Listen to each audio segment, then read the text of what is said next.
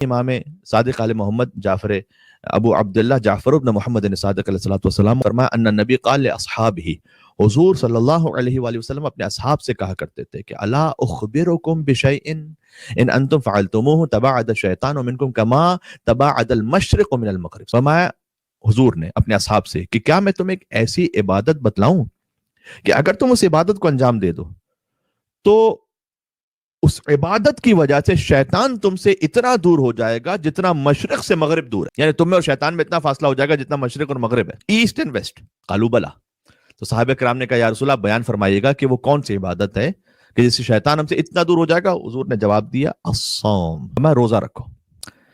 یعنی یہ وہ عبادت ہے جس میں یہ پوٹینشل موجود ہے کہ ہمیں کمال معنوی اتنا عطا کر سکتی ہے۔ یہ رمضان کا مہینہ، حضور نے تو صوم کا، یعنی ایک روزہ بھی واقعا اگر اس کی پوری روح کے ساتھ رکھ لیا جائے تو شیطان اتنا دور ہو جائے گا جیسے مشرق سے مغرب دور ہے۔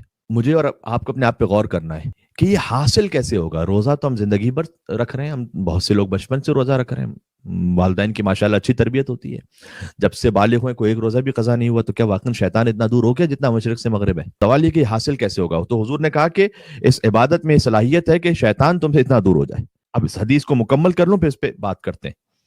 آگے فرمایا کہ یسود وجہ، روزہ شیطان کے چہرے کو سیاہ کر دیتا ہے، یعنی شیطان ذلیل و رسوا ہو جاتا ہے۔ جب آپ روزہ رکھتے ہیں، جو ہمارا کھلا ہوا دشمن شیطان عدو مبین، وہ ذلیل و رسوا ہو جاتا ہے۔ اس کی برکتیں رمضان کی اور روزے کتنی زیادہ ہیں۔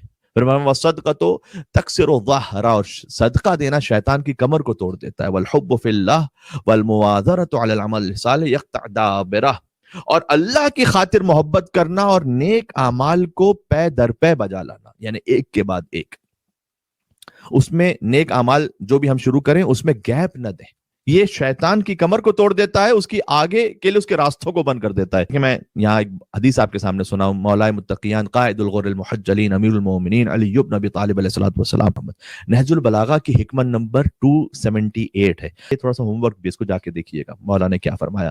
وما قلیل تدوم علیہ ارجع من کثیر مملو منہ، وما تھوڑا عمل جیسے پابندی سے انجام دیا جائے اس کثیر عمل سے بہت بہتر ہے جس سے آدمی اکتا جائے۔ ایک دن آپ نے بہت زیادہ دعائیں پڑھی، قرآن کی تلاوت کی، نمازیں پڑھی، وظیفے کیے، لیکن اکتا گئے، بس اب دل بھر گیا، اگلے دن کرنے کا دل نہیں چاہ رہا۔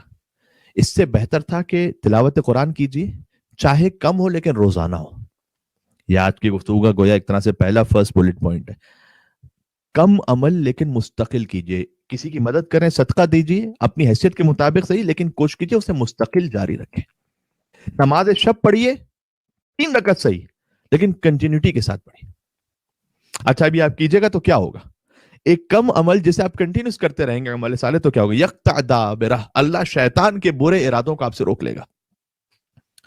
وہی روزے کا جو مقصد ہے کہ روزہ رکھنے سے شیطان اتنا دور ہو جائے گا جتنا مشرق سے مغرب۔ تو حضور نے فرمایا کہ روزہ شیطان کے چہرے کو سیاہ کر دیتا ہے، صدقہ اس کی کمر کو توڑ دیتا ہے، والاستغفار یقطع وتینہ، اور ساتھ میں اگر مغفرت بھی طلب کرتے چلے جائیے، سبحان اللہ کیا کہنا، تو یہ شیطان کی شہرگ کو کاٹ دے گا۔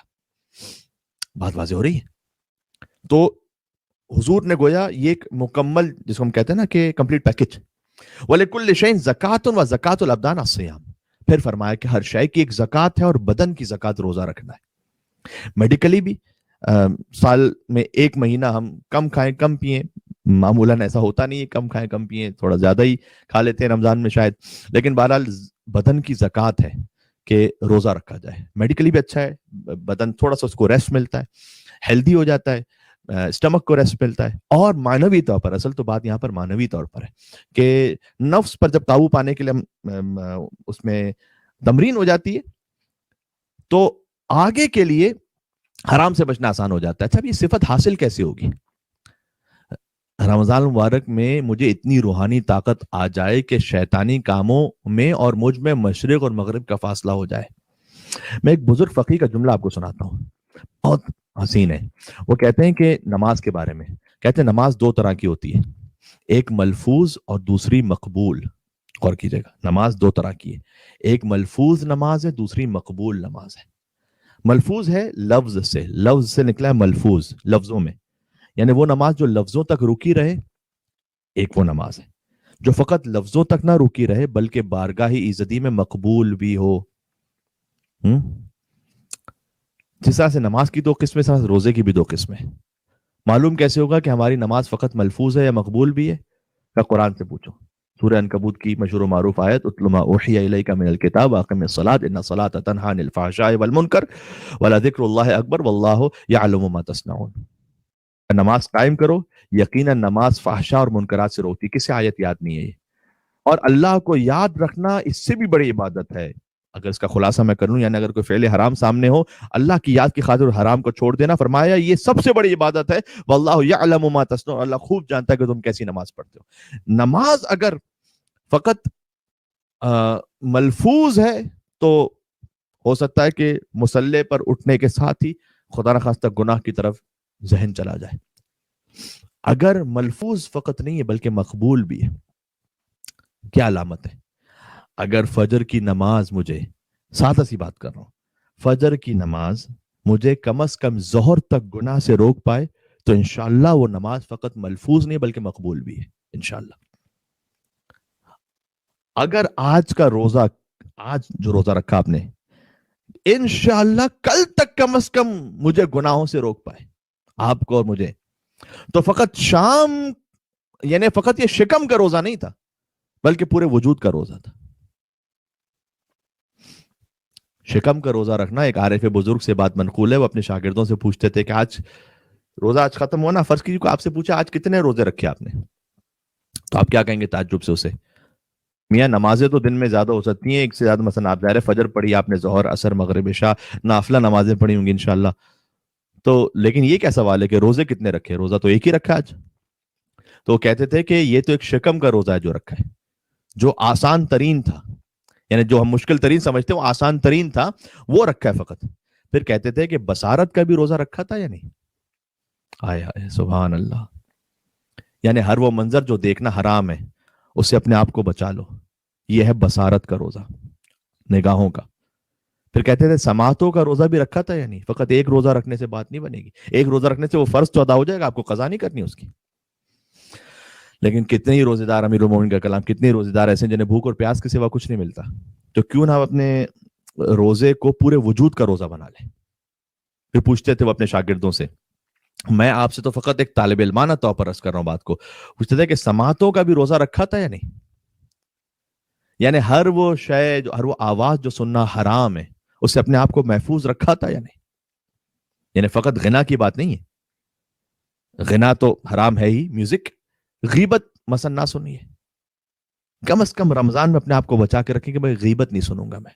انشاءاللہ رمضان میں عادت ہو جائے گی تو باقی مہینوں میں اللہ سبحانہ وتعالیٰ خود بخود توفیق عطا کر لے گا. اس لیے غیبت کرنا بھی حرام ہے، سننا بھی حرام ہے. تو غیبت سننا، اس سے اپنے آپ کو بچانا ذرا مشکل کام ہوتا ہے، لیکن رمضان میں انشاءاللہ کوشش کیجیے.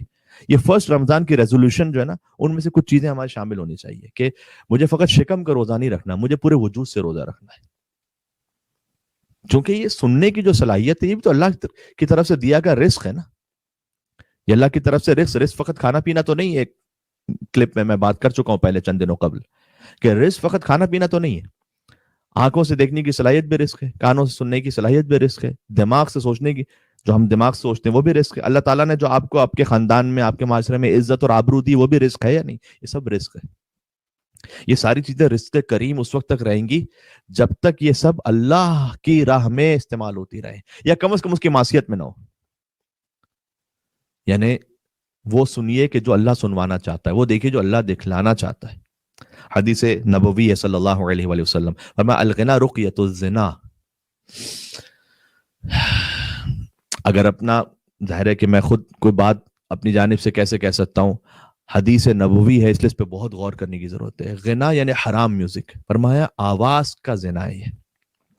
اچھا یہ بات کیوں کہہ رہا ہوں میں؟ اس لیے کہ رمضان میں تو ماشاءاللہ مولانا صاحب بہت سے لوگ چھوڑ دیتے ہیں میوزک، جو ویسے بھی سنتے ہیں وہ چھوڑ دیتے ہیں. مجھے یاد ہے کہ ایک مرتبہ جب میں اپنی ٹین ایج کے تقریباً زمانے میں بچوں کے ایک مدرسے میں پڑھانے کے لیے جاتا تھا کراچی کے ایک علاقے میں، تو وہاں پر شاید رمضان ہی کا مہینہ تھا اور اطراف سے کہیں سے خدا نخواستہ نعوذ باللہ میوزک کی آواز آ رہی تھی.